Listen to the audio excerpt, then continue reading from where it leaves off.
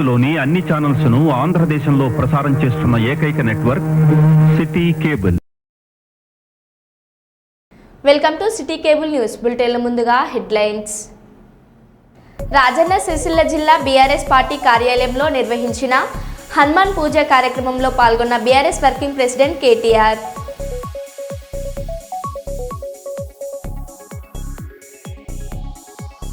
శ్మశాన వాటికలో నిర్మాణాలు తొలగించకపోతే తామే స్వయంగా కూలగొడతామని ఈటెల రాజేందర్ హెచ్చరించడంతో తెగివచ్చిన ప్రభుత్వం.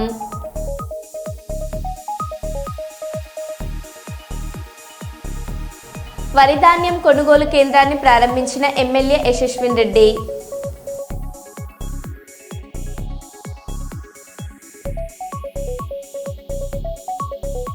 మహిళలకు పండ్లు కూరగాయలు పంపిణీ చేసిన డాక్టర్ శంకర్ శర్మ.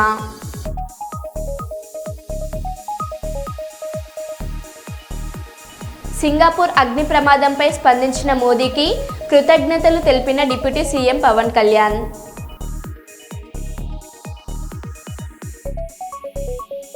భారత కమ్యూనిస్టు పార్టీ ఆధ్వర్యంలో ప్రజలపై నిత్యావసర సరుకులు అధిక ధరలు పెంచినందుకు నిరసన.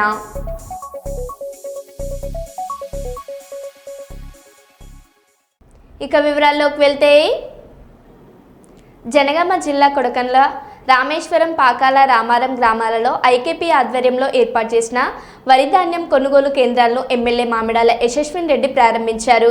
ఈ సందర్భంగా వారు మాట్లాడుతూ రైతులు పండించిన ధాన్యాన్ని సక్రమంగా తూకం వేయాలన్నారు. అక్రమాలకు పాల్పడితే చర్యలు తప్పవని హెచ్చరించారు. గన్ని బ్యాగుల కొరత లేకుండా చూడాలన్నారు. రైతుల సంక్షేమమే ఈ కాంగ్రెస్ ప్రజాప్రభుత్వ లక్ష్యం అన్నారు. ఈ కార్యక్రమంలో బ్లాక్ కాంగ్రెస్ అధ్యక్షుడు రాపాక సత్యనారాయణ, కాంగ్రెస్ పార్టీ కొడకండ్ల మండల అధ్యక్షుడు ధరావత్ సురేష్ నాయక్, ఎంఆర్ఓ చంద్రమోహన్, నియోజకవర్గ యూత్ అధ్యక్షుడు Dharavath Rajesh Nayak, APM Satyanarayana, Kruparani, CC Yakaiah, VBA Laxman, గ్రామైక్య అధ్యక్షురాలు జ్యోతి, మండల గ్రామాల నాయకులు తదితరులు పాల్గొన్నారు.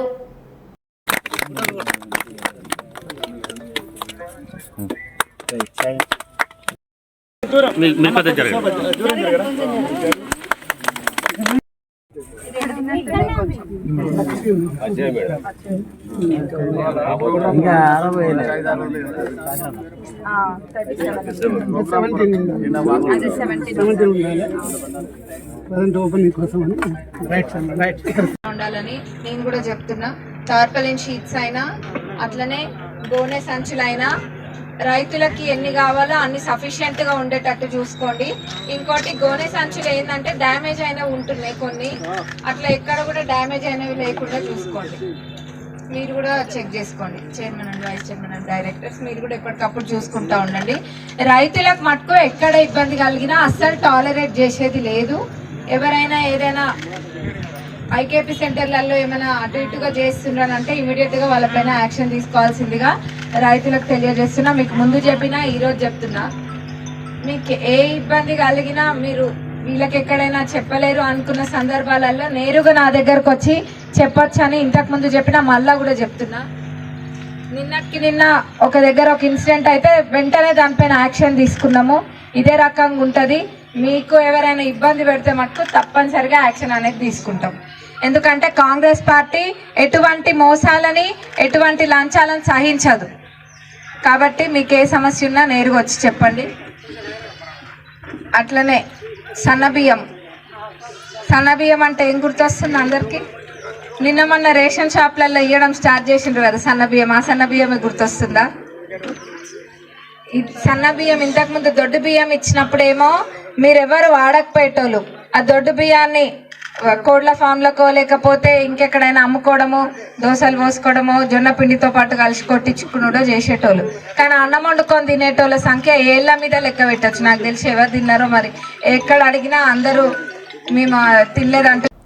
శ్మశాన వాటికలో నిర్మాణాలు తొలగించకపోతే తామే స్వయంగా కూలగొడతామని ఈటెల రాజేందర్ హెచ్చరించడంతో దిగివచ్చిన ప్రభుత్వం. మచ్చ బొల్లారంలోని హిందూ శ్మశాన వాటికను డంప్ యార్డ్గా మార్చడం పట్ల స్థానికుల ఆగ్రహం. వారికి మద్దతుగా నిలిచిన ఎంపీ ఈటెల రాజేందర్ ఇటీవల శ్మశాన వాటికను సందర్శించి ప్రభుత్వానికి హెచ్చరిక జారీ చేశారు.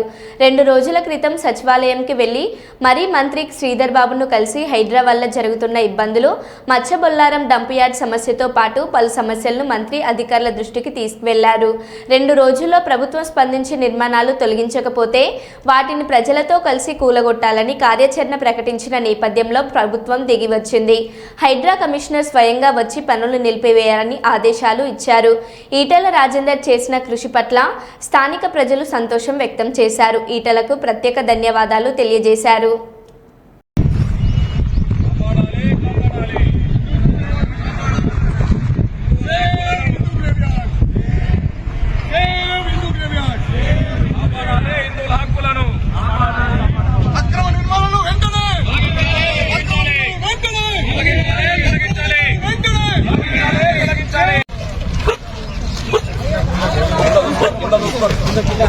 మల్కాజ్గిరి పార్లమెంటు పరిధి అంతా కూడా రంగారెడ్డి జిల్లా పరిధి కిందకి వస్తుంది కాబట్టి అనేక నెలలుగా అనేక సమస్యల మీద జిల్లా ఇన్ఛార్జి మంత్రి అయినటువంటి శ్రీధర్ బాబు గారికి ఇవ్వడం జరిగింది.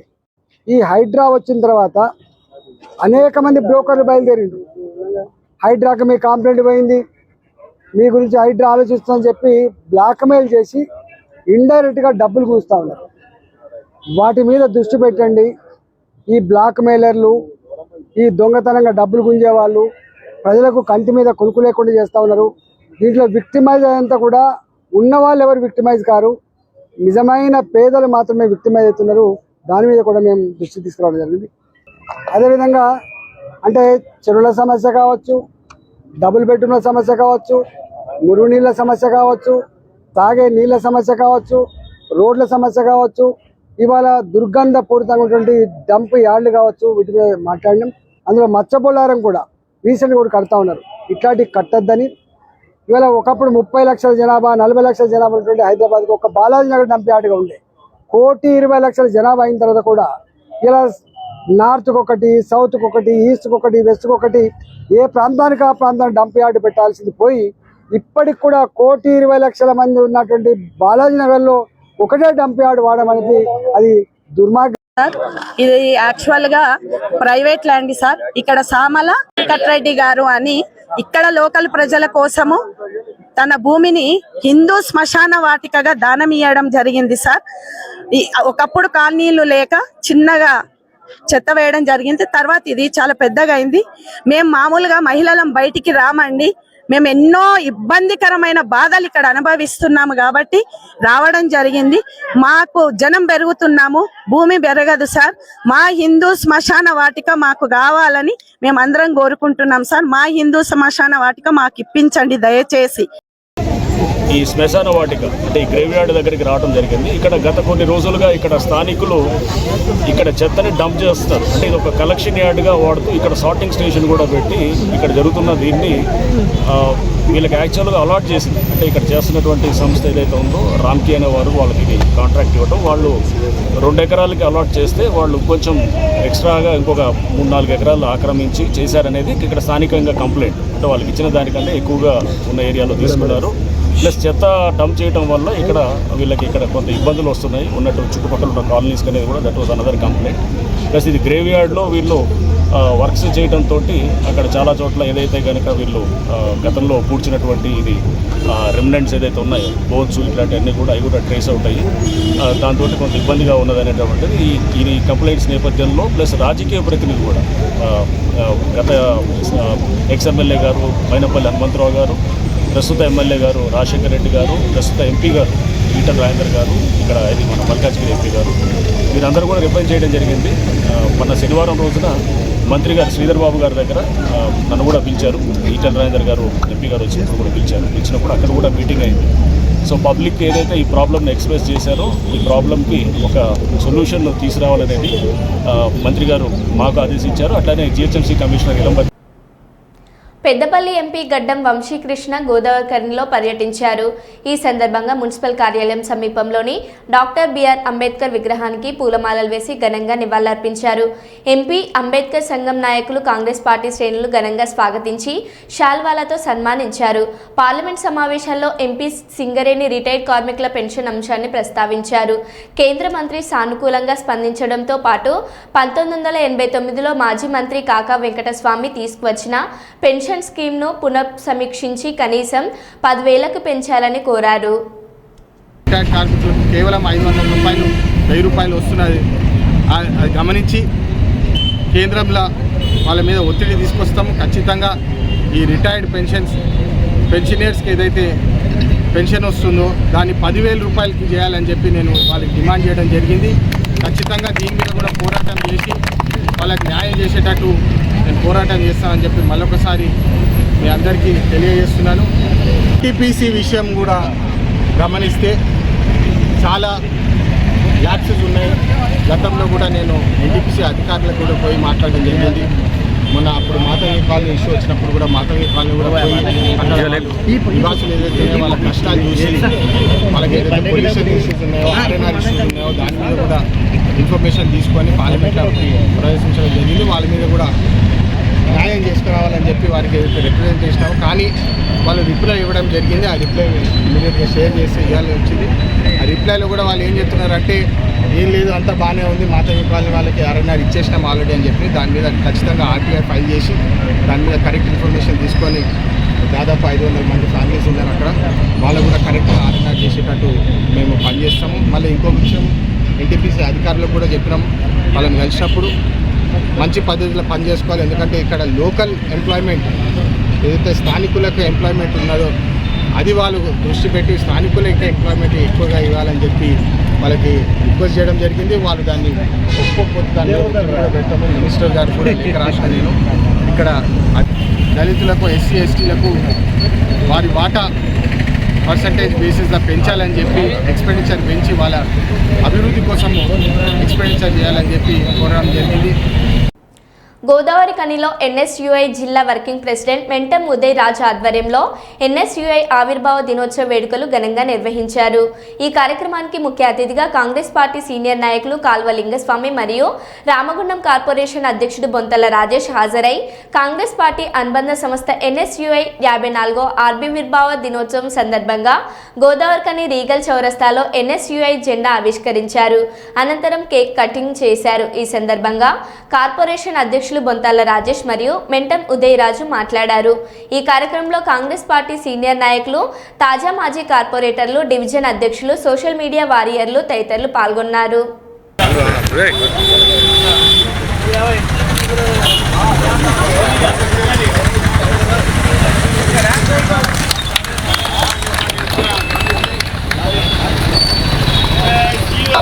కాంగ్రెస్ పార్టీ జిందాబాద్. రేవంత్ రెడ్డి గారి నాయకత్వం వర్ధిల్లాలి. చంద్రబాబు గారి నాయకత్వం వర్ధిల్లాలి. రాష్ట్ర గారి నాయకత్వం వర్ధిల్లాలి. రాహుల్ గాంధీ గారి నాయకత్వం వర్ధిల్లాలి. కాంగ్రెస్ పార్టీ జిందాబాద్. కాంగ్రెస్ పార్టీ జిందాబాద్.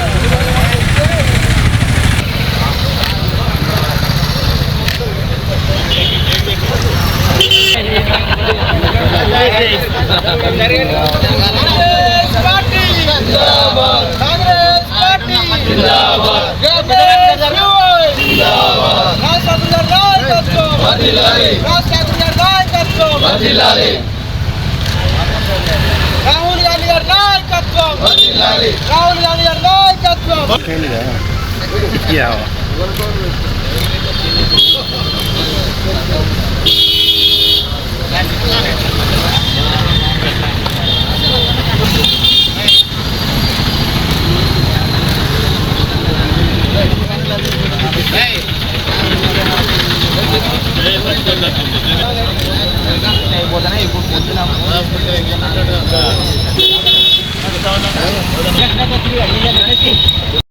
నియోజకవర్గం స్థానిక రీగల్ చౌరస్తా వద్ద మరి ఎన్ఎస్యుఐ ఆవిర్భావ దినోత్సవాన్ని పురస్కరించుకొని మరి సీనియర్ నాయకులందరి సమక్షంలో, ఎన్ఎస్యుఐ నాయకుల సమక్షంలో, లింగస్వామి గారి సమక్షంలో జెండా ఆవిష్కరణ కార్యక్రమం మా నాయకులు మక్కన్ సింగ్ రాజ్ ఠాకూర్ గారి నేతృత్వంలో నిర్వహించడం జరిగింది. మరి ఏదైతే ఈ యొక్క పెరుగుతున్నటువంటి నాగరికతని దృష్టిలో పెట్టుకొని దూరదృష్టితోటి నాటి ప్రధానమంత్రి వర్యులు ఉక్కు మహిళ అయినటువంటి ఇందిరాగాంధీ గారు 1971లో ఏప్రిల్ 9వ రోజున మరి చదువుకున్న విద్యార్థులందరూ కూడా రాజకీయాల్లోకి రావాలి, ఒక విప్లవాత్మకమైనటువంటి మార్పు తీసుకురావాలంటే అది కేవలం యువతతోటి, చదువుకున్న విద్యార్థులతోటి సాధ్యమని ఈ యొక్క ఎన్ఎస్యుని ఆవిర్భవించడం జరిగింది. మరి ఒక దేశాన్ని అత్యున్నతమైనటువంటి స్థాయిలో యొక్క ప్రపంచంలోనే ఉంచాలని చెప్పిన వాళ్ళ అందరూ కూడా గర్వకారణం. మా సీనియర్ నాయకులు అందరూ కూడా ఎన్ఎస్యుఐ నుంచి వాళ్ళు ఈ స్థాయికి రావడం జరిగింది. వాళ్ళందరూ మాకు స్ఫూర్తి. మరి రానున్నటువంటి రోజులలో కూడా విద్యార్థులందరూ కూడా ఏకపక్షంగా ఏకకంఠంతో అందరూ కూడా కాంగ్రెస్ పార్టీని స్ట్రెంథెన్ చేసి ఎన్ఎస్యుఐని ఆదరించవలసిందే కోరుతూ ఈ యొక్క ప్రాంత నియోజకవర్గ విద్యార్థులందరికీ కూడా మరొకసారి ఎన్ఎస్యుఐ ఆవిర్భావ దినోత్సవ శుభాకాంక్షలు తెలియజేస్తాను. ఎన్ఎస్యుఐ ఆవిర్భావ దినోత్సవం మరి జరుపుకోవడం చాలా సంతోషకరం. ఎన్ఎస్ఐ జిల్లా వర్కింగ్ ప్రెసిడెంట్ విజయరాజ్ ఆధ్వర్యంలో జరగడం చాలా సంతోషకరమైన విషయం. మరి మా అందరి గురువర్యులు ఈరోజు ఎన్ఎస్ఐ జెండాను ఆవిష్కరించి మరి మాకు స్ఫూర్తిగా నిలిచిన మా లింగస్వామి గారికి స్వాగతం సుస్వాగతం చెప్తూ మరి ముఖ్యంగా ఈరోజు వెంటిలేషన్ ఏదైందో కాంగ్రెస్ పార్టీకి ఒక వెన్నుముక లాంటిది. దానిలో భాగంగా ఎన్ఎస్ఏ ఒకటి. మరి ఎన్ఎస్ఏ నుంచే ఈరోజు మహేష్ కుమార్ గౌడ్ ఎన్ఎస్ఏ నుంచే పిసిసి అధ్యక్షుడు అయిండు. ఈరోజు మన రాష్ట్ర వ్యవహారాల మంత్రి రాష్ట్ర వ్యవహారాల ఇన్ఛార్జి మీనాక్షి నటరాజును కూడా మరి ఎన్ఎస్ఏ వచ్చిన వారే. సోదరుడు మంత్రివర్యులు మా అన్నగారు పొన్నం ప్రభాకర్ కూడా మరి ఎన్ఎస్ఏ వచ్చిన వ్యక్తే. సోదరుడు మా అందరికీ గురువు లింగస్వామి కూడా జిల్లా అధ్యక్షుడు చేసిండు. సోదరుడు ప్రకాష్ చేసిండు. సోదరుడు మాంకల్ స్వామి చేసిండు. సోదరుడు తిప్పాల శ్రీనివాస్ చేసిండు. నేను సైతం నోట్బడి అధ్యక్షునిగా 1993లో చేయడం జరిగింది. కాంగ్రెస్ పార్టీ కూడా ఎప్పుడు కూడా గుర్తిస్తే, ఎందుకంటే ఎన్ఎస్ఏ నుంచి ఎవరైతే మొదలవుతారో ఈరోజు కేంద్ర మంత్రి కదాగా అయినారంటే అది కాంగ్రెస్ పార్టీ యొక్క స్వభావం అది. ఎందుకంటే పూర్తి స్థాయిలో ఎన్ఎస్ఐ లీడర్ కాంచెల్లి ఇంత ఎదిగిందంటే అది ఎన్ఎస్ఐల బాధ్యత. పార్టీ గుర్తిస్తుంది కాబట్టి ఖచ్చితంగా రాబోయే రోజులలో స్టూడెంట్ ఆర్గనైజేషన్ యూత్ మొత్తం కూడా మరి రాజకీయాలు వచ్చి మంచి సందేశాన్ని ఇచ్చి ఈ దేశ భవిష్యత్తు కోసం మరి కాపాడాలని చెప్పి మరి ఈ యొక్క కార్యక్రమానికి సోదరుడు ఉదయరాజ్ మమ్మల్ని పిలిచినందరికీ కూడా సోదరుడికి కృతజ్ఞతలు చెప్తున్నాం. Thank you. రాజన్న సిరిసిల్ల జిల్లా బీఆర్ఎస్ పార్టీ కార్యాలయంలో నిర్వహించిన హనుమాన్ పూజ కార్యక్రమంలో పాల్గొన్న BRS working president KTR.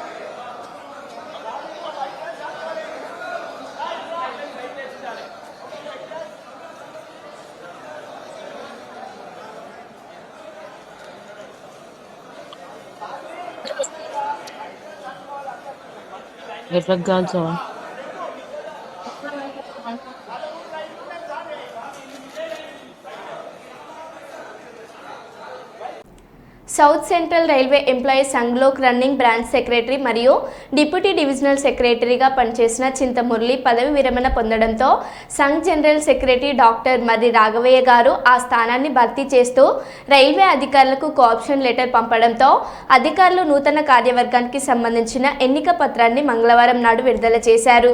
Sangh Kazipet Lok running branch నూతన బ్రాంచ్ చైర్మన్గా సంగెం మండలం మొండ్రాయి గ్రామానికి చెందిన పాక రాజకుమార్ను నియమించారు. నూతనంగా ఎన్నిక కాబడిన చైర్మన్ పాక రాజకుమార్ మాట్లాడారు.